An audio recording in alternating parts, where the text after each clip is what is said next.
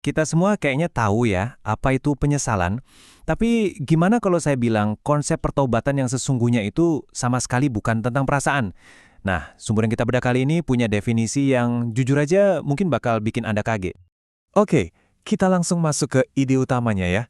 Kemungkinan besar pemahaman kita soal bertobat itu ya belum tuntas. Kita sering banget kan mikirnya tuh soal emosi, soal perasaan. Tapi sumber kita kali ini bakal nunjukin sisi yang sama sekali beda. Jadi, apa sih sebetulnya arti bertobat itu? Apakah cuma soal perasaan bersalah yang bikin kita stuck? Atau ini soal keputusan sadar buat maju? Nah, pertanyaan ini nih yang bakal jadi kompas kita selama pembahasan ini. Nah, disinilah letak perbedaannya yang paling mendasar. Di satu sisi ada gagasan umum yang fokusnya ke emosi, ya kan? Merasa bersalah. Tapi di sisi lain, sumber kita ini mendefinisikannya sebagai proses kognitif, sebuah pemikiran ulang yang total. Jadi, ini bukan soal apa yang Anda rasain, tapi soal gimana cara Anda berpikir. Terus kok bisa sih ada dua definisi yang beda banget gini? Well, ternyata kuncinya ada di bahasa aslinya, bahasa Yunani. Di sana ada dua kata yang berbeda, tapi seringkali ya diterjemahkannya jadi satu kata yang sama di bahasa kita. Kata yang pertama itu metamelomai. Coba bayangin deh, ini tuh rasa sakit emosional yang muncul pas Anda sadar udah bikin salah. Rasa nyesel, sedih, rasa bersalah, yang nusuk banget itu loh. Nah itu dia, ini murni soal perasaan. Sumbernya ngasih contoh yang kuat banget. Ada Yudas. Dia ngerasa nyesal banget secara emosional, tapi itu nggak mengubah tindakannya. Nggak bawa dia ke jalan yang beda. Sama juga kasusnya kayak Esau. Rasa bersalahnya nggak menghasilkan perubahan apa-apa. Ini nunjukin kalau metamelomai doang itu ya nggak cukup. Nah, disinilah kata kedua muncul, metanoia. Dan ini bisa dibilang game changer-nya. Metanoia itu nggak ada hubungannya sama emosi. Ini soal perubahan pikiran yang disengaja. Sebuah keputusan sadar untuk mikir dengan cara beda, lihat dunia dari sudut pandang beda, dan mengubah keyakinan paling dasar Anda. Oke, terus apa hubungan dua kata ini? Nah, di slide ini dijelasin dengan bagus banget. Menurut interpretasi sumbernya, rasa bersalah, si metamelomai tadi, itu harusnya jadi pemicu. Jadi rasa sedih itu fungsinya untuk mendorong Anda ke perubahan pikiran yang sejati, yaitu metanoia. Jadi, perasaannya itu cuma katalis, bukan tujuan akhirnya. Oke, jadi kita sepakat ya, pertobatan sejati itu perubahan pikiran. Tapi ada masalahnya nih, perubahan pikiran kan nggak kelihatan. Terus gimana kita tahu itu beneran terjadi? Nah, sekarang kita lihat buktinya. Ya iyalah, teori aja kan nggak cukup. Kalau ada orang bilang, cara pikir gue udah berubah loh. Wajar dong kita nanya, buktinya mana? Jadi gimana sih wujud nyata dari perubahan batin ini? Sumber ini nunjuk ke ide yang satu ini.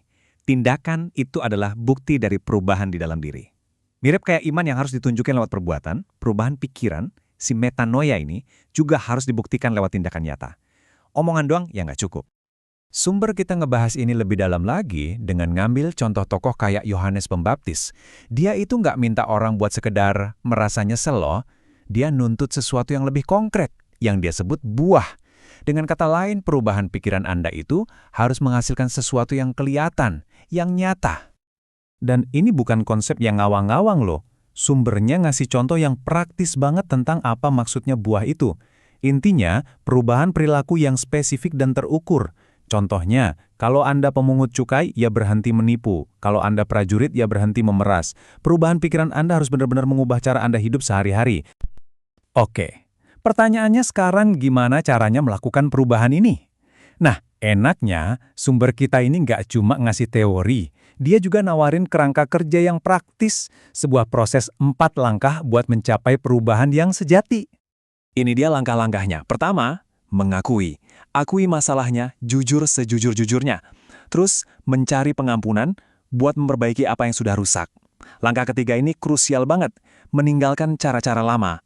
Dan terakhir, secara proaktif, memulai yang baru, membangun sesuatu yang lebih baik sebagai gantinya. Ini sebuah proses yang utuh, dari awal sampai akhir. Biar lebih kebayang gimana teori ini jalan di dunia nyata, sumbernya ngasih kita satu studi kasus. Yuk kita lihat gimana kerangka 4 langkah ini diterapkan dalam skenario yang real. Oke, jadi sumber ini ngenalin kita ke studi kasus seorang pria yang kita sebut aja Bill. Teksnya ngegambarin dia sebagai seseorang yang mau mengubah gaya hidup homoseksualnya, dan kasus ini dipakai sebagai ilustrasi untuk proses pertobatan yang tadi kita bahas. Nah, di sini kita bisa lihat langsung gimana 4 langkah itu diterapkan.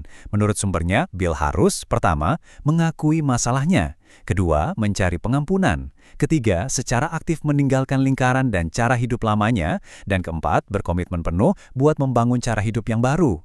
Ini persis banget kan cerminan dari proses yang tadi kita bedah. Jadi poin pentingnya tuh ini. Pertobatan, kalau kita pakai definisi ini, bukanlah satu momen sedih sesaat. Bukan. Ini adalah sebuah perjalanan, sebuah proses yang disengaja untuk mengubah pikiran yang harus dibuktikan dengan tindakan dan dijalani lewat langkah-langkah yang jelas. Menurut saya, ini cara paling pas buat merangkum semuanya. Penyesalan doang itu kayak jalan buntu. Anda cuma ngelihat ke belakang, ke apa yang salah. Tapi pertobatan sejati, si metanoia itu, lebih kayak putar balik. Anda nggak cuma nengok ke belakang, tapi Anda secara sadar mengubah arah tujuan Anda ke depan. Dan ini membawa kita ke pertanyaan terakhir buat kita renungkan sama-sama. Kalau kita ngomongin soal perubahan dalam hidup kita sendiri, entah itu kebiasaan, sikap, atau keyakinan, apakah kita cuma fokus di perasaan bersalahnya aja? Atau apakah kita benar-benar bikin keputusan sadar buat mengubah cara pikir kita, lalu membuktikannya lewat cara kita hidup sehari-hari? Sebuah pertanyaan yang menarik buat dipikirin ya.